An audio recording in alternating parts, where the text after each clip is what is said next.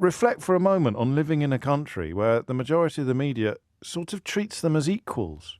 They're both the black sheep. They're both in isolation. So you've got one man standing up for what he believes to be right and standing up for his wife. Now, whether you agree that he's right or not doesn't matter. That is what he's doing. He is standing up for what he believes to be right and standing up for his wife, who he believes to have been treated abominably, not just by the British media, but also by his own family, who are so terrified of the British media that they wouldn't say boo to a Murdoch goose.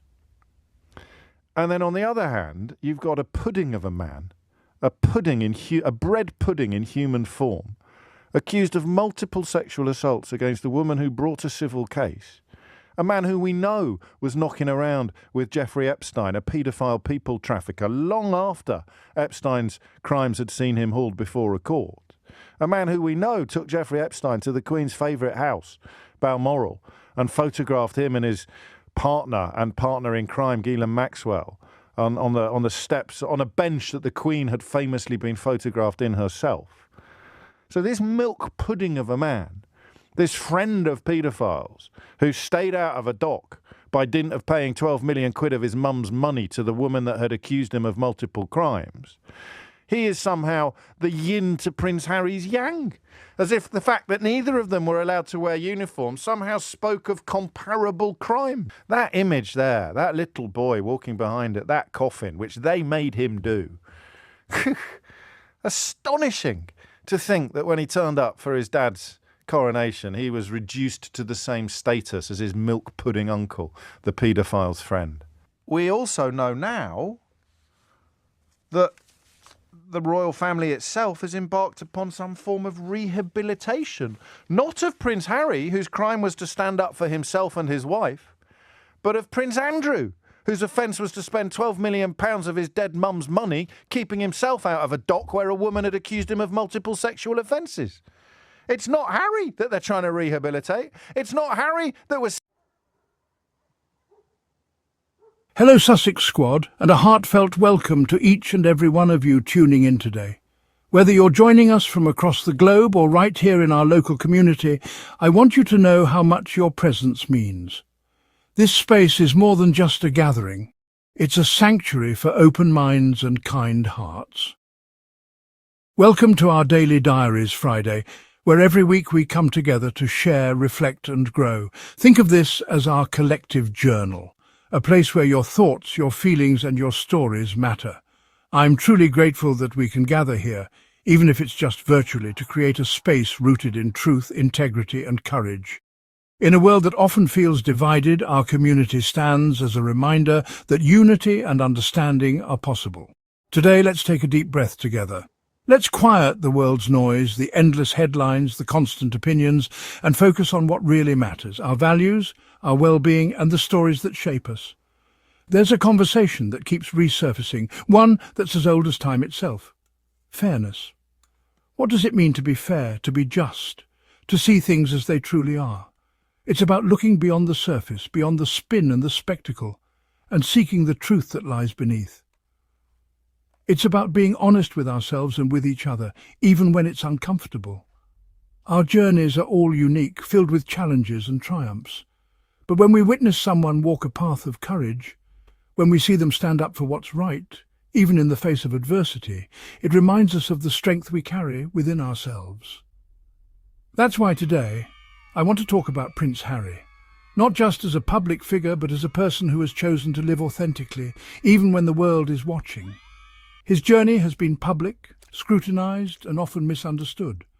Yet, at its core, it's a story about choosing family, prioritising well-being, and standing up for truth, no matter the cost. So let's ground ourselves in empathy, and look at this story with open hearts and open minds. Let's try to understand, not just react.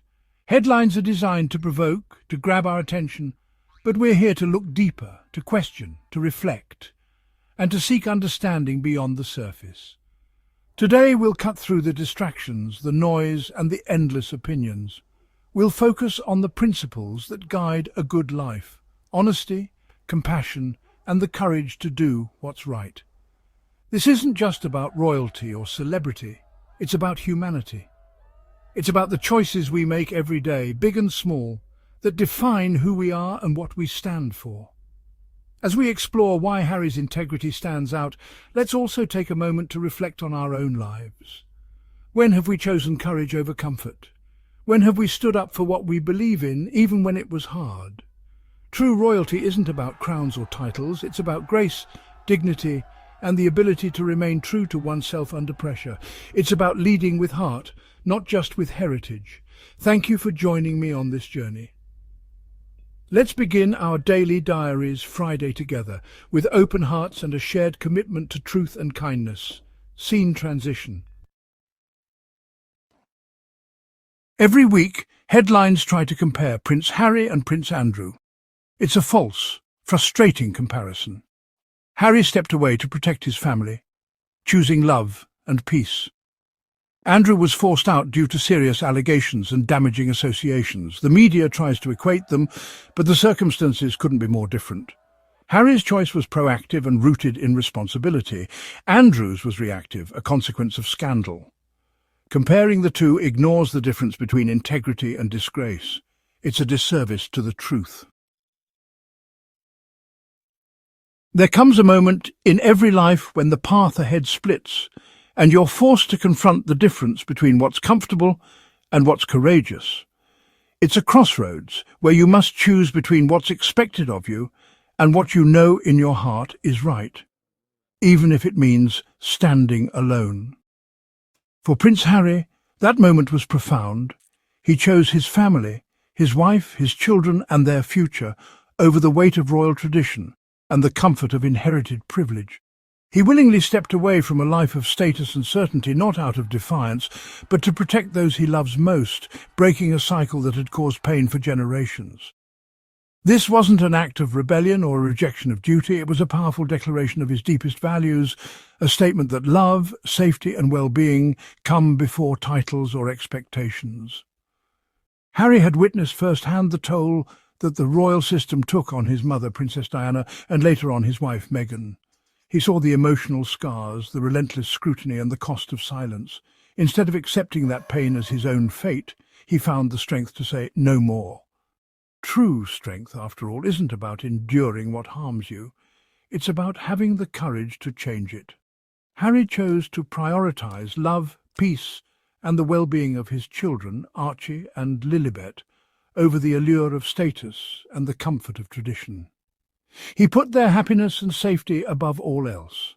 That's what integrity truly means, aligning your actions with your values, even when it's difficult, even when the world is watching and judging. Harry didn't run from responsibility.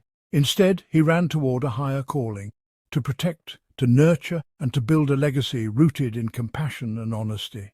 Years of soul-searching, reflection, and difficult conversations led him to this choice.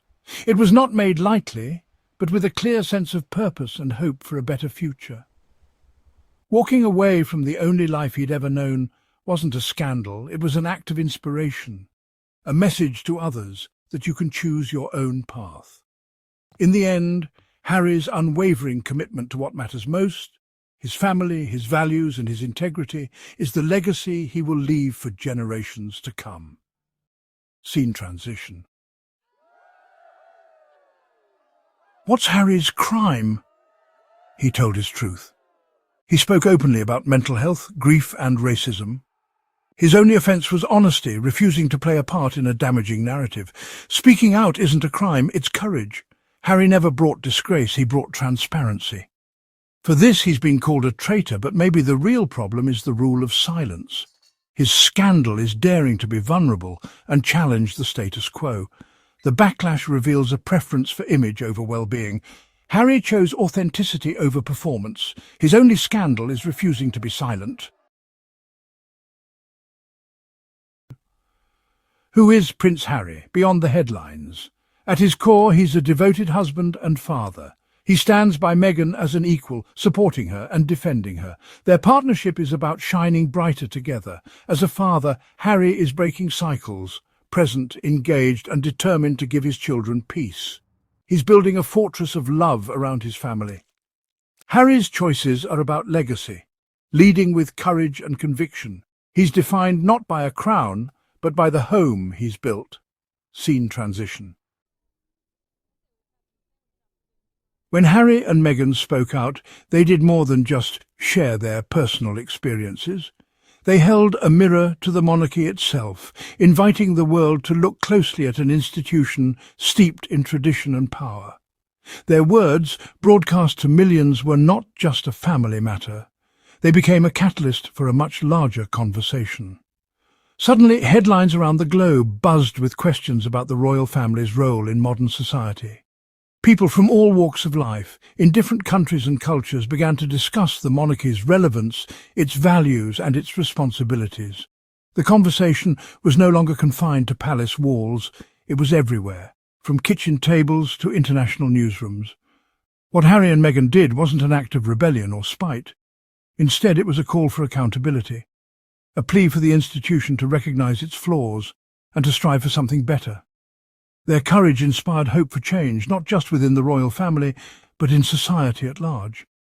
True accountability isn't about tearing down what exists. It's about working together to build something stronger and more just. It means facing uncomfortable truths and having difficult conversations, all with the goal of making things better for everyone. Harry's unique perspective, shaped by both privilege and pain, allowed him to see the monarchy's strengths, its sense of duty, its history, its ability to inspire. But he also saw its weaknesses, the silence around mental health, the lack of diversity, and the resistance to change. His call was not to abandon tradition, but to encourage the monarchy to evolve, to reflect honestly on its values, and to become more open, compassionate, and self-aware. Change is rarely easy. It can be uncomfortable, even painful, especially for institutions built on centuries of history. But change is also necessary for survival and for growth. By speaking out, Harry and Meghan prompted vital discussions about race, mental health, and the role of the press, issues that affect not just the royal family, but society as a whole. Their actions forced the world to confront uncomfortable realities and ask important questions. In many ways, Harry acted as a critical friend to the monarchy, someone who cares deeply but isn't afraid to point out where things need to change. His hope was for a more compassionate, understanding and inclusive royal family. Now the mirror has been held up. It's up to the institution to decide what it wants to see in its own reflection and what kind of legacy it hopes to leave for future generations. Comparing Harry to Andrew reveals a deeper issue in public discourse. Breaking with tradition is treated as worse than serious misconduct. Harry is criticised for honesty. Andrew's scandal is managed quietly. This shows a system valuing obedience over integrity, silence over truth. The outrage at Harry distracts from real issues. It's a tactic to control the narrative and protect the institution. The comparison isn't about Harry or Andrew. It's about a culture resistant to change. The fact that it's made at all proves Harry's point. The system values conformity over honesty. That's why Harry and Meghan walked away. Where is Harry now? He's built a purposeful life in California, focused on philanthropy and authenticity. Through Archewell and the Invictus Games, he's making a global impact. He's redefined service on his own terms. Real integrity sometimes means leaving tradition to find your calling. Harry proves happiness is found in freedom and authenticity, not titles. His journey reminds us it's never too late to choose a path aligned with your soul. His new life is proof his decision was right. What will Prince Harry's legacy be? Courage and true leadership. Choosing love over tradition, truth over silence. He's shown that real leadership is doing what's right, not what's expected. Harry's vulnerability has opened global conversations about mental health. He's challenged institutions to serve people, not just preserve themselves. Attempts to tarnish him will fail. Truth endures. His actions, service, devotion, honesty define him. He's a modern prince who leads with heart. Harry's journey is a testament to resilience and authenticity. His legacy will inspire generations to come.